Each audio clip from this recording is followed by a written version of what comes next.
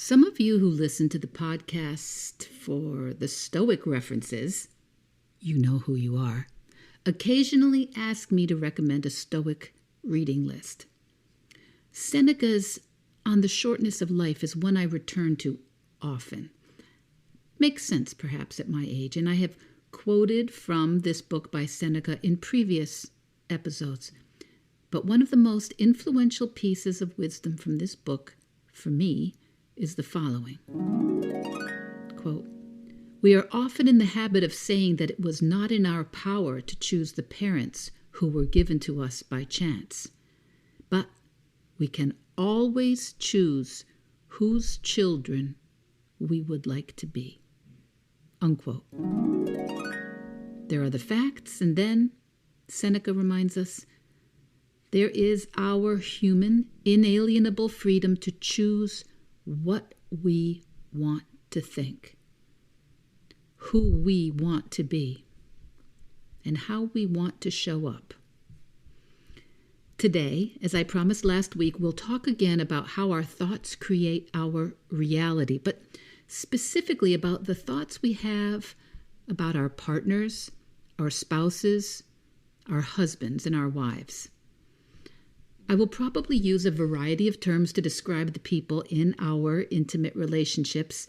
Fill in the one that pertains to you, because today I'm going to paraphrase brilliant, complicated, tragic Seneca as we discuss our marriages and partnerships. We may not have control over our spouse at any given moment, but we can always choose what kind of spouse we want to be. That's the power of one, the power of you, the power of me. Thanks, Seneca. Thanks for reminding me that if it's to be, it's up to me. That's the power of one.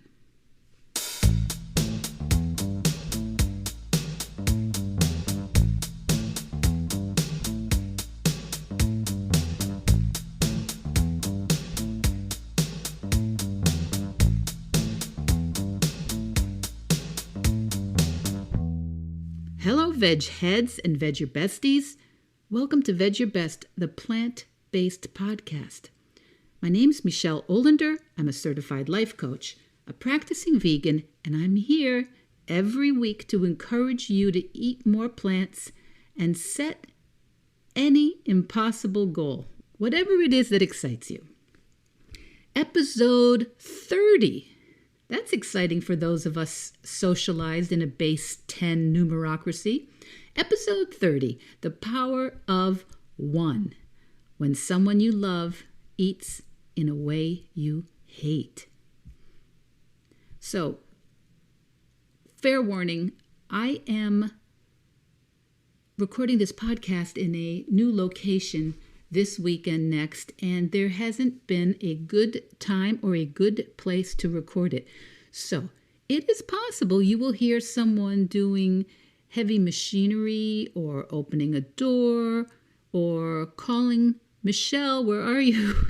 It could be at any moment completely strange, but we'll try to edit out the worst parts. There's also an air conditioner that keeps cranking on and off right over my head.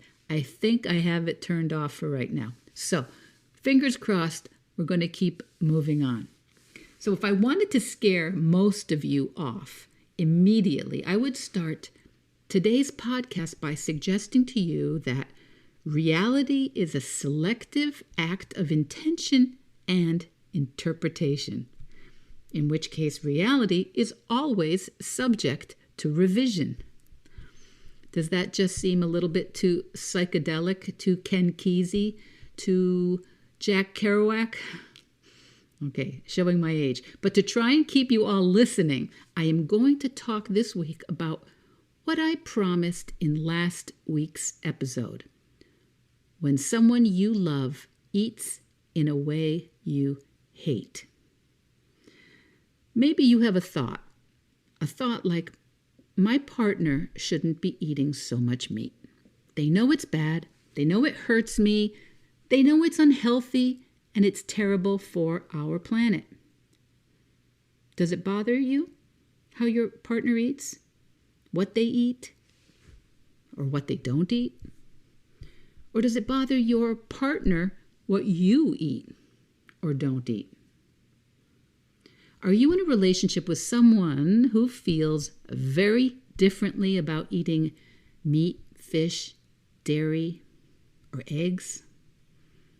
Or maybe one of you is what some people call a junk food vegan, and the other partner thinks you should be eating healthier. Could you hear the air quotes around healthier? Or maybe you're not in a relationship right now, but this issue is complicating your choice of potential partners. Well, this is what I'm talking about today.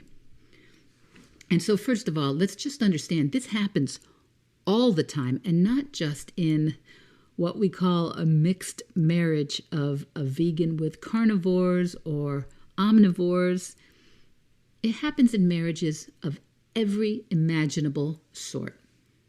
But it comes up often in the plant-based and vegan communities, and it sometimes seems to represent something more emotionally charged, with more judgment, maybe more defensiveness, maybe more subtext.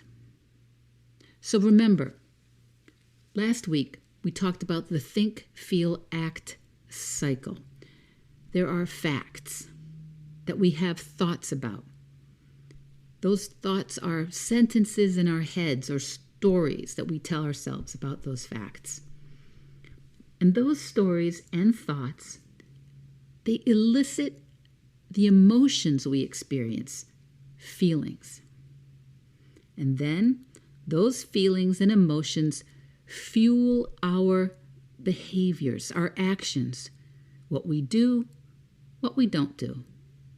And those actions, those things we do or avoid, the things we nourish and encourage or starve, those behaviors create our results in the world. And that's something to remember. Where we are, any one of us, where we are at any given moment, well, it's just a result of that think, feel, act cycle going back, thought, feeling, and action by thought, feeling, and action of every single human in the history of the world since the beginning of time. And if that sounds overwhelming to you, I'd like to suggest that it actually just means that you always have the power to nudge things in another direction, in the direction that you want. So remember Seneca? He said, we can always choose whose children we want to be. And can we also choose the kind of spouse we want to be? I like to think, yes. And if you're thinking, wait, Michele, I see where this is going. You're saying that I'm the one making how my partner eats as the problem. No, it's not. It's how they eat that's the problem. Why am I the one that has to do some sorts of mental gymnastics? You may well ask. Because I want you to try on the thought that this is not only pretty good news, it's the best news. Because if you need to change how your partner eats, what he or she eats, for the rest of your marriage, to feel good about your relationship, you and your marriage will always be at the mercy of their food choices. And I hear you. Some of you are open, but a couple of you, I can hear you, you're saying, don't tell me I'm the one making this a problem, Michele. Great. One more reason, everything's my fault. Whose side are you on? And I get it. I get it. But if you're willing to lean in and try it, even imperfectly, even just a little bit, this is actually good news. Because there is a lot of power in you. The power of one person staying open. Because if you're open to seeing that you are choosing your problems in your relationship by choosing your thoughts, then you can actually solve the problems you think you have in your relationship. How?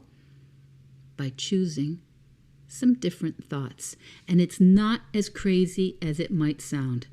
You've got problems because you've got thoughts, but you've also got the solution because you get to choose those thoughts. And I'm not saying that you ever need to feel good about anything you don't feel good about. But when you do have a bad feeling, or an angry feeling, or a hurt feeling, or a discouraged feeling, well, you could just start with a question like, how would I want to feel? How would I prefer to feel about this? And it doesn't mean you feel any differently right away, but it will remind you that what you are feeling now is optional. Just knowing that that feeling is optional, well, that can change everything. That can help lead you to the next thought. So this might seem like an obvious question. How do I want to feel? How do I want to feel? Sometimes I might want to feel sad. And sometimes, for a minute or two, I might want to feel furious or irritated or justified or discouraged.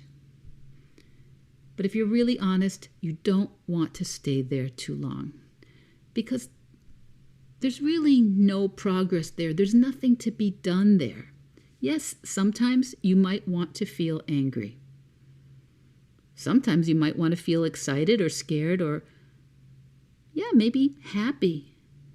But just remember that you are the one, the only one who can choose it. And whenever you get tired of feeling one way, you can change that feeling by deliberately choosing a different thought. So if you want to stop eating animal products and your spouse is just not on board, so what? I don't ask so what to discount your thoughts, just to clarify them. So what?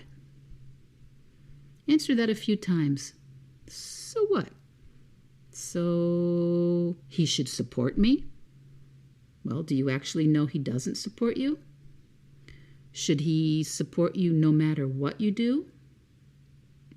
Would there be any acceptable reason for your partner not to support you in this?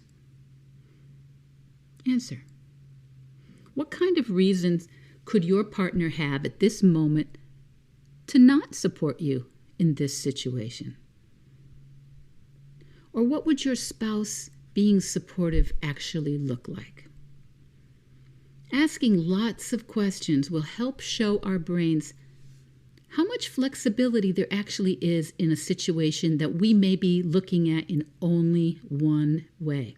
How many different possibilities are there, even though we may really be devoted to that thought? They're not supportive. But that's just a thought. A sentence in our brain that's stuck there. And I'm sure it seems really, really true. When I have a thought, it can seem really, really true. And like you, I can end up repeating it over and over again without really examining it. And this particular thought is one I hear about spouses and partners quite often. She or he, they're not supportive. And you may say it like many of my clients, like it's a fact, like a diagnosis. But it is a thought. It's an opinion. It's a sentence. It's a story. And you might think that you have very, very, very good reasons, very clear facts to back up that story, but it's still just a story. It's still just a thought. if you think your spouse is not supportive, I'm going to ask you to come up with all the real facts. But even if your spouse came right out and said as much, said the following words in a sentence, for example, quote, "I do not support your choice to eat vegan," unquote. Okay? "I do not support your choice to eat vegan." That could be true. That sentence would in that case be a fact. And when your spouse said, "I do not support your choice to be vegan," you might well have the thought, he's not supportive. But not necessarily, right? Someone else might have another thought if her spouse said, "I do not support your choice to eat vegan." What else would be possible to think? Maybe my spouse is very worried about my health. Or my husband loves the way we eat together and cook together, and he thinks this sounds hard or not fun. Or maybe my spouse loves my cooking, and she can't imagine not having those meals ever again. Or maybe your partner thinks we won't be able to go to the restaurants and do the same things we've always done together. Maybe your husband's worried that you're going to insist he change how he eats. Maybe your husband's worried that this is going to snowball and there will be just too many changes coming. Maybe your partner's feeling defensive, that you're judging how she eats or judging how she looks. Or you could think, my husband's scared I don't love him and admire him anymore. So even if your husband has flat out said to you, "I do not support your choice to eat vegan," can you see that there are many, many possible ways of thinking about your partner than he's just unsupportive? In fact, if you get very curious, you might want to ask yourself, how would I know that my spouse was actually supportive? How is my spouse actually supportive right now? Maybe not about this choice, but how do I know they support me? This might seem like the burden is on you and that there's something unfair about this, but I like to think that this is such great news that our thoughts create our relationships and our marriages and our families and our partnerships. Your marriage, your relationship, it's simply all the thoughts you have about that relationship. And ultimately, you can choose to think whatever you want. But if you're in a relationship and your hope is for that relationship to be stronger, more pleasant, more loving, more fun, well, what if when your partner said, "I don't support your choice to eat vegan," instead of thinking he's unsupportive, you thought, I think he's scared that I'm going to insist that he eat differently now. Then how would you feel? How would you feel when you're thinking he's the one that's scared? Maybe you'd feel sympathetic. Maybe you'd feel concerned. Maybe you'd feel surprised because that had never occurred to you. Maybe. So instead of simply thinking he's unsupportive and maybe feeling annoyed or misunderstood, you felt surprised or concerned. How would that look in your day-to-day behaviors or actions with your husband? Would you distance yourself or check out, argue, slam doors, insult, ignore him, be passive-aggressive maybe? Or maybe you would give your partner a little time and space. Maybe you'd think of what they're thinking and what they're making your choice about eating vegan mean. Maybe you would reassure him or her that you're not rejecting him or her. Maybe you'd explain that you're not rejecting their family or their culture. Maybe you would even thank him for worrying about your health. Or maybe you would suggest that you are as committed as ever to continuing lots of fun and closeness, no matter how you yourself decide to eat. Maybe you would concentrate on your own comments and behaviors to try and notice whether you yourself are being supportive of your partner, or that you are appreciating your spouse for the areas in which he or she does a great job. Whenever we find ourselves in conflict, we can, of course, choose to keep thinking that the other person is the problem. And if you really want to, that's fine with me. I get it. I only suggest that you remind yourself that that thought, the thought that the other person is the problem here, is just a thought.